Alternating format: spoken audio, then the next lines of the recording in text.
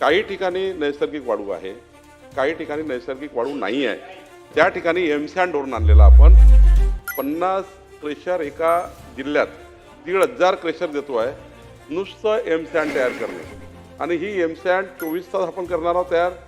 प्रत्येक 5 एकरचा जमीन आपण देणार आहोत. 5 एकर जमीन देऊन फर्स्ट कम फर्स्ट MSMEच्या सर्व सुविधा आपल्या सवलती आहे त्या सवलती देऊन 50 क्रेशर एका जिल्ह्यात देतो आहे. या राज्यात फर्स्ट कम फर्स्ट 1,500 क्रेशर सुरू करायचे आहेत, जेणेकरून पुढच्या काळामध्ये नैसर्गिक वाढीवर आपल्याला काही गरज राहणार नाही. कृत्रिम वाढीवर आपण राज्य शिफ्ट करतो आहे.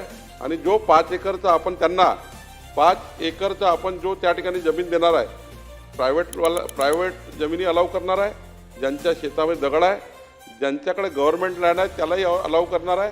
आणि जो 5 एकरचा पॉन्डचं डिझाईन असणार आहे कसं एमसँड करायचं, तो जो त्या ठिकाणी तलाव तयार होईल तो जलसंधारण आपण देणार आहे. त्यामुळे एकीकडे पाणीसाठा होईल, दुसरीकडे वाळू तयार होईल